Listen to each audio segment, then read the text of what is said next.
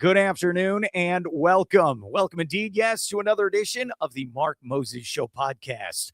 As we're always broadcasting from the Anidjar and Levine Accident Attorney Studios. Take back control of your life. Yes, call them today. It's Anidjar and Levine Accident Attorneys. Joining me right now to kick off the week, talking all things UCF athletics, is my good friend Matt Murschel with the Orlando Sentinel. He looks a little fresh. Maybe he got some time off. Matt, how you doing today? I'm doing well. Yeah, I got about a day and a half to kind of get some, the weekend to recharge a little bit. UCF hired a new women's basketball coach on Saturday, announced it on Saturday. So, you spend part of the day just kind of putting together some stuff on that, trying to figure out where things are. I'm sure we'll get more information. We'll actually maybe be able to talk to Gabe Lazo later this week when they have a press conference. But yeah, there's always something going on. I know people always tell me spring is supposed to be, when things kind of slow down, but with spring football going on, with the transfer portal opening up on Tuesday for basketball, and with everything going on, I mean, there's always something that's going to happen. All right, you look at UCF women's basketball. I'll start there. Tell us about this new coach and what he's all about then.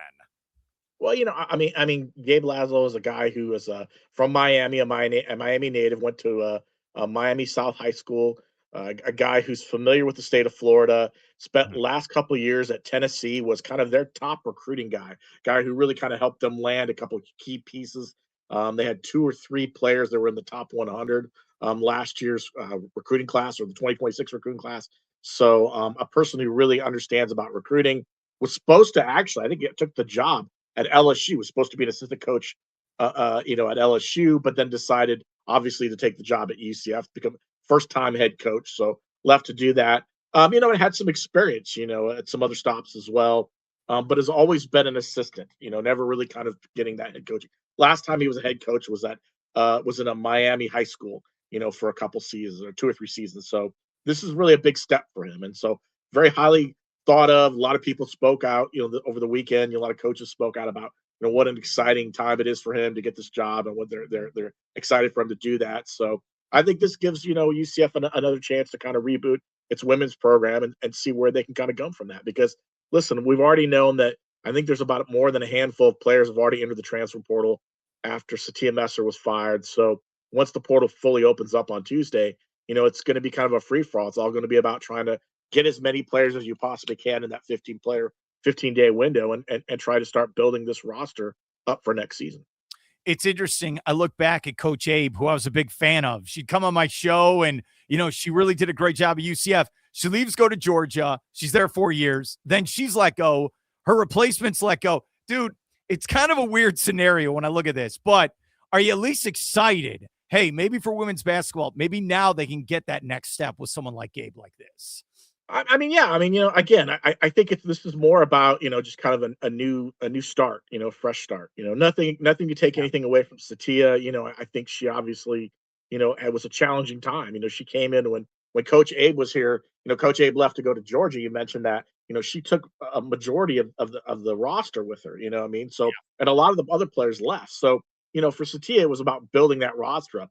And it took some time. And I know she had a couple seasons to do that. It never really kind of clicked. She never was able to get her footing going. Last season they really struggled. They had some injuries. They lost some players. And I think what happened is, I think that Terry Mahajer, the UCF athletic director, probably looked around and said, okay, if we're going to make a change, now is the time to make a change. And it's not like he's making a change to bring in a top flight coach. I think he's trying to make a change to bring in someone who he believes can help with recruiting, is familiar with the state of Florida. Maybe that could be something that'll help kind of piece together what this program's going through. That's fine. I'm excited for the hire. Look, you're not getting Dawn Staley to jump ship to UCF, okay? Like, I get where you're at as a program. Let's go to the men's team. I feel like this got lost in the shuffle. Did Johnny Dawkins sign an extension? Did that happen as like a Friday news dump? Like, what's going on? No. Johnny didn't sign an extension. Johnny, as I reported a few weeks ago, they are sitting down and working with an extension for Johnny. Okay. They want to get him signed. I'm sure pretty soon. Terry talked with me about that. When they were at the NCAA tournament a few weeks ago. This is something that's kind of been in the process. My guess is it's going to be a multi-year extension. For Johnny, and it's a big kind of stepping, it's a big point for them, because they want to make sure that if you're out there recruiting and you're out there trying to get, you're trying to get, transfer portal guys and you're trying to get other guys to come to the program, you've got to let everyone know that, Johnny's going to be there for a while. He was entering his last year of his contract. It was not guaranteed, so it was basically, UCF wanted to make sure, okay, after what happened this past season when they went to the NCAA tournament, they were able to reward him. And so I'm probably the belief it's going to be a common multi-year deal, maybe two, and then perhaps maybe after every year, every 2 years, maybe they'll try to redo it depending on how the process of the program goes, because, Terry doesn't want to get locked into a long-term deal, where if something happens and the program takes a nosedive, you've got to make a change, and all of a sudden you're owing, millions of dollars to a coach in a buyout, and it's going to kind of cripple your program a little bit. So I think that's why they've tried to make this move and try to do it as not quietly as possible. It's just not something that they're really bragging about, because I think they understand that Johnny's a big part of what they've done and their success this past couple of years, and he's a guy who wants to stick around at UCF. You covered the team all year. They did make the tournament. I know you enjoyed covering this team this past season, but was there a moment there you're like, you know what? If he doesn't make the tournament, I don't know if this guy's coming back. Yeah. Were there rumblings of that? I don't know if there's rumblings. It's what I think I felt was like, listen, when they lost the last 3 games of the season, and you felt like for a brief moment that they may not get in, if they don't beat Cincinnati in the Big 12 tournament, I don't think they get in. I don't think they get in the NCAA tournament. I think they end up going somewhere else, probably to the Crown tournament. I'm wondering if maybe that's okay. Well, you didn't get to the NCAA tournament. I know, talking with Johnny and talking to Terry, that it was important to get to the NCAA tournament. That was kind of their bar. It's always that bar, obviously, but I think that was a big bar. Okay, they felt like, okay, you've gotten to the NIT, you got to the Crown last year, you got to get to the NCAA tournament, because it carries a little of gravitas for you, when you're trying to recruit players and you're trying to get people out and you're trying to convince your own fan base, hey, stay interested in our program because we're making steps, and I know even though they lost in the first round and there's some in the fan base who are grumbling and say they need to fire Johnny Dawkins. I mean, he did what you asked him to do. Yes, they didn't get past, UCLA, but considering how the team was banged up at the end of the year, how they had some players that were on the mend, to get to where they were and to win 9 games and, to be 9-9 in the Big 12, that's pretty impressive in year 3. Now you've got to take that next step. That's where I think this extension is going to probably be a short-term thing for now, just to see, because, the last thing you want to see happen is after going to the NCAA tournament, all of a sudden taking a big step backwards. So the importance for them is either trying to sign some players that they still have available on the roster, keep them around, or, bidding in a whole new roster again and making sure you evaluate talent, making sure you bring in guys that you feel like are going to do the same sort of thing that you did this past season, where they're going to gel together well and they're going to find a way to make a run to the tournament. See, this is where I have sympathy for college coaches for what you just said. It's like Mike Norvell at Florida State. You're playing with fire if you're redoing the roster every single season. But is this the current state if you're a Division I coach now? Yeah, pretty much. I mean, there's some programs, obviously the programs like the Kansases, the North Carolinas, the Michigans, where you've got tons of money and you can, maybe sign 2 or 3 or 4 of your guys who are currently on your roster and keep them coming back next year. For UCF, that's not the case. They don't have that kind of money. This isn't a blue blood basketball program. So, it's important for them to try to say, okay, let's identify some guys maybe we'd like to see come back. A Jordan Burks, perhaps, maybe a John Bull, try to bring a couple pieces back from this past year's team. And then, add some pieces around them to try to make them have some success. If that doesn't happen, because I guarantee John Bull is going to get $1 million offer out there from some school who wants to bring him on, or Jordan Burks, and you say, okay, we can't afford to pay that. Then you got to do what they did this year, which is you go out, you find 13, 14 brand new players, and you say, what can we do to bring them aboard? We need to make sure we evaluate the talent correctly. We make sure we're bringing players that we can afford and that can make a deep run. I think one of the things they're going to have to do, and Johnny's done a really good job of identifying point guards. We saw with Themis Folks and, with Riley Kugel. One thing he's going to have to do this offseason is he's going to find some guys like that. But I also think they have to get some more size. They really had games in the Big 12 last year where I felt like the size, Arizona, for instance, Arizona dominated in the middle with the size. Iowa State dominated them in the middle with their size. I think they need a little more size in the middle to kind of help them out. I am interested when you see someone like Illinois with Brad Underwood, where he brought in a bunch of Euro guys. And I know more coaches are doing this. I'd be fascinated to see not just UCF, all schools. Are they all going to start looking that way as well? Hey, maybe we need one or two Euro guys on the roster. That's what's going to be interesting, Matt. What are your thoughts? Well, I mean, they had some Euro guys. I mean, Mustafa, was essentially, Mustafa Cham, last few years ago was a guy who came from Senegal. I mean, granted, he was in America. It's not necessarily a direct chain from Yeah. Euro guy, but I think maybe. I mean, again, Johnny's has had a plan kind of in his place how he wants to handle things, how you want to bring in some guys, and see where they're at. You might reach out to try to bring in someone like that, maybe a player or two. I think they'd like to look around the portal and see what's out there that they feel like can make the move.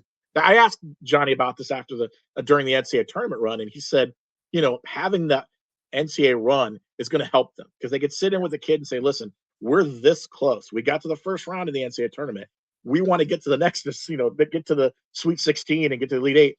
You could be a part of that. Come join us. I think that's going to be huge for them. I think that's going to help be a selling point for some players, not all players, because there'll be a lot of players who'll be based on money and they want to decide what's going on, how to make as much as possible. And UCF only has so much money to spend. So, it's going to be really important to try to find what pieces best work. If a Euro player fits that mold, maybe you go after them. It just depends on whether you feel like that person's going to maybe help benefit you or not. You don't just want to follow a trend for the sake of following a trend. I love that I've been in this industry so long. I remember the key word was facilities, especially for football. Who has the best? It's an arms race for the best facilities. No one even cares anymore. Who has the most money to give me? That's what's fascinating to me.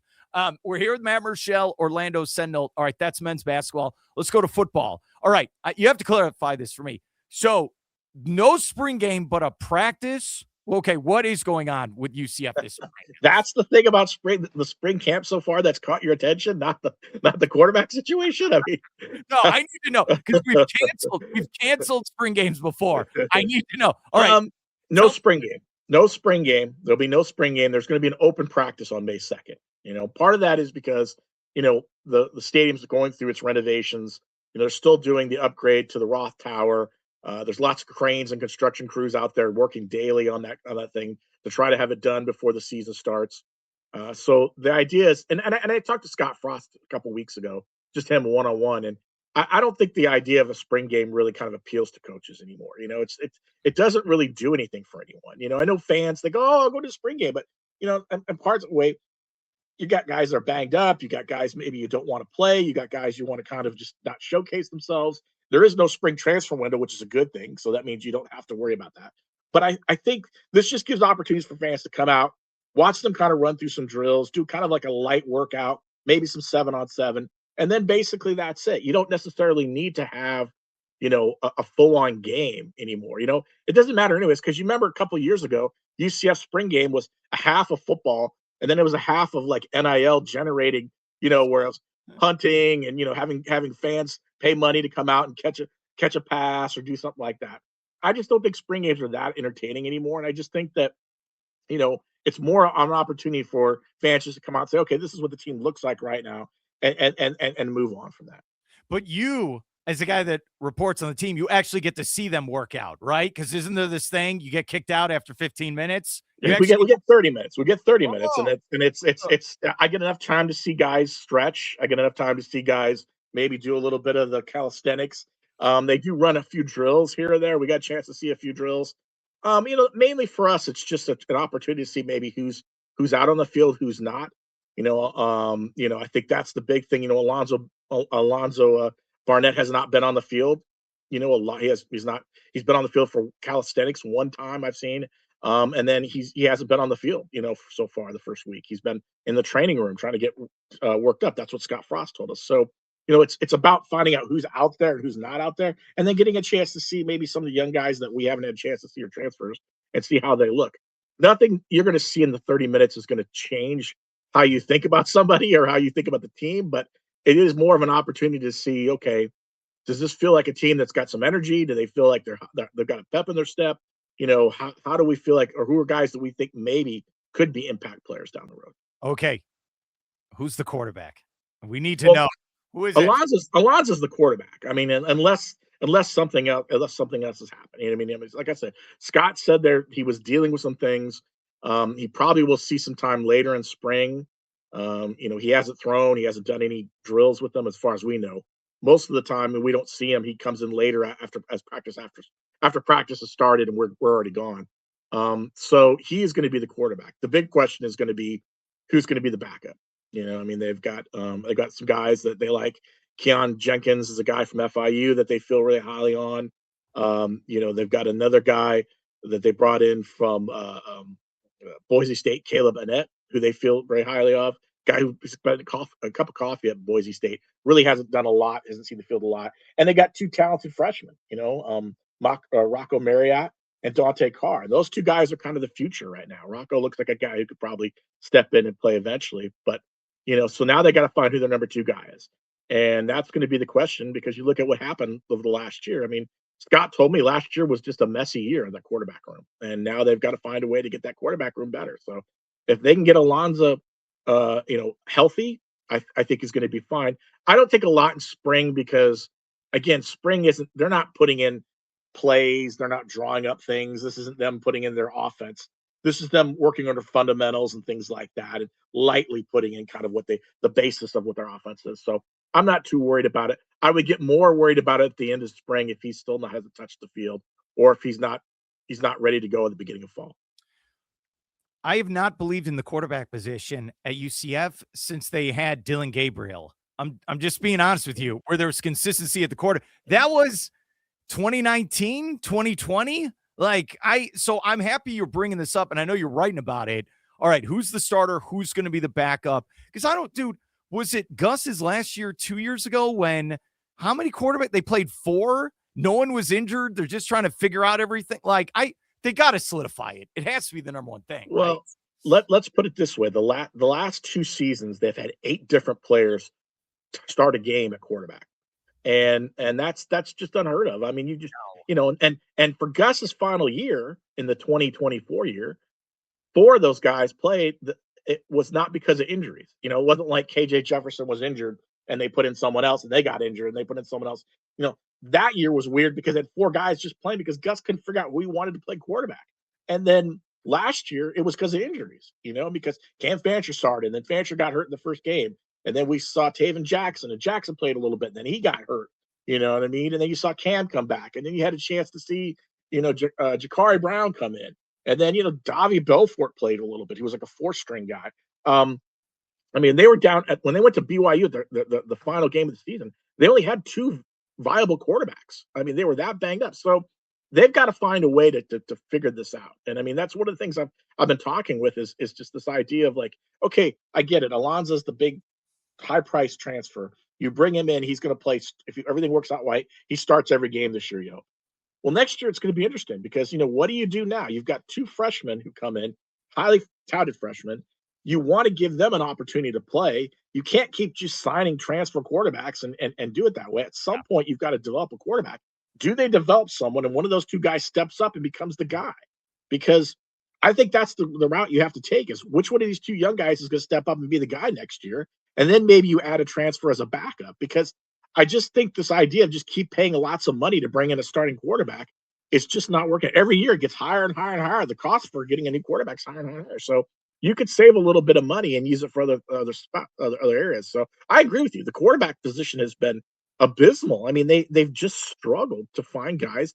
I thought, you look at Plumlee, John Rice Plumlee was decent. They did some things obviously, but it's not like they've developed a quarterback who stepped up and really kind of, been that guy for a few seasons.